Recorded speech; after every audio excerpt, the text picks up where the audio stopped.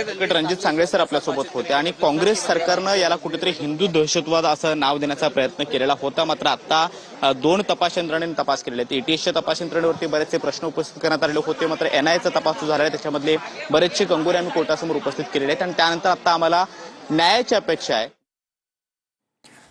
यानंतर आपण जाऊयात थेट मालेगावमध्ये, जिथे आमचे प्रतिनिधी चंदन पुजाधिकारी आहेत. चंदनजी, आपण पाहतोय त्या ठिकाणी तुम्ही आहात ज्या ठिकाणी हा बॉम्बस्फोट झाला होता तब्बल 2008 म्हणजे 17 वर्षांच्या आधी, आणि आता सध्या मालेगावमध्ये कसं दृश्य आहे, कशी परिस्थिती आहे?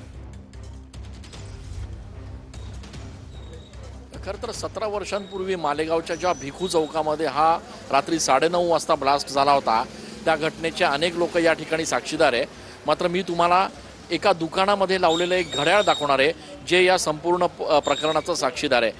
ज्या भिकू चौकामध्ये 29 सप्टेंबर 2008 रोजी रात्री हा ब्लास्ट झाला, त्याच दिवशी रात्री या संपूर्ण भिकू चौकाच्या समोरच्याच बाजूला हे एक हॉटेल आहे, चहाचं एक छोटं हॉटेल आहे, आणि या हॉटेलमध्ये लावलेलं हे घड्याळ जे आहे ते या घटनेचं आजही साक्षीदार आहे. खरं तर हा ब्लास्ट ज्यावेळेला झाला त्यावेळेला आजूबाजूच्या सगळ्या घरांना मोठे धक्के बसले आणि याच धक्क्यांमध्ये इथलं हे घड्याळ देखील बंद पडलं. या घड्याळाचे काटे तुटलेले असले तरी आपण स्पष्टपणे या ठिकाणी बघू शकतो की 9:35 या घड्याळामध्ये झालेले आहेत. आणि त्या दिवसापासून आजपर्यंत एक वेदनादायक आठवण म्हणून या मालेगावच्या लोकांनी हे घड्याळ आजही जपून ठेवलेलं आहे.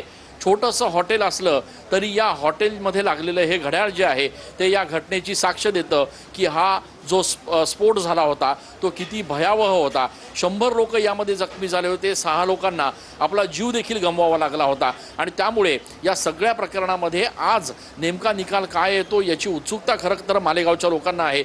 आम्ही काही वेळापूर्वी ज्यावेळेला मालेगावच्या काही प्रत्यक्षदर्शींशी, इथल्या लोकांशी ज्यावेळेला संवाद साधत होतो त्यावेळेला प्रत्येकाची अशीच भावना होती की 17 वर्ष हा फार मोठा कालखंड आहे आणि किमान 17 वर्षांनंतर तरी या ब्लास्टमधले जे आरोपी आहेत त्यांचे एकूणच सगळे कारनामे जे आहेत ते जगासमोर आले पाहिजे, त्यांच्यावर थेट कारवाई झाली पाहिजे आणि कठोर शिक्षा झाली पाहिजे असं त्यांचं म्हणणं होतं.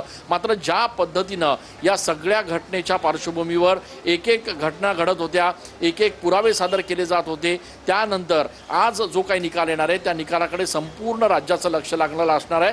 या संपूर्ण निकालाचा आज वाचन केलं जाणार आहे. मात्र तत्पूर्वी आपण जर बघितलं तर मालेगावचा हाच तो भिकू चौक आहे, ज्या भिकू चौकामध्ये उत्सुकता जी आहे ती या ठिकाणी नेमकी ताणली गेलेली आहे. इथले रहिवासी असतील, मालेगावकर असतील, जमाती उलचे इथले जे काही संघटनेचे पदाधिकारी आहेत त्या सगळ्यांच्या अपेक्षा एवढ्याच आहेत की जो काही निकाल लागेल तो निकाल न्याय देणारा असावा. आणि त्या अनुषंगाने आता प्रत्येकाची भावना ही आहे की या निकालाच्या माध्यमातून जे कोणी या ठिकाणी मृत्युमुखी पडलेत त्यांना कुठेतरी न्याय मिळावा. अर्थात या सगळ्या निकालाच्या पार्श्वभूमीवर मालेगावमध्ये तणावाची परिस्थिती निश्चितपणे आहे.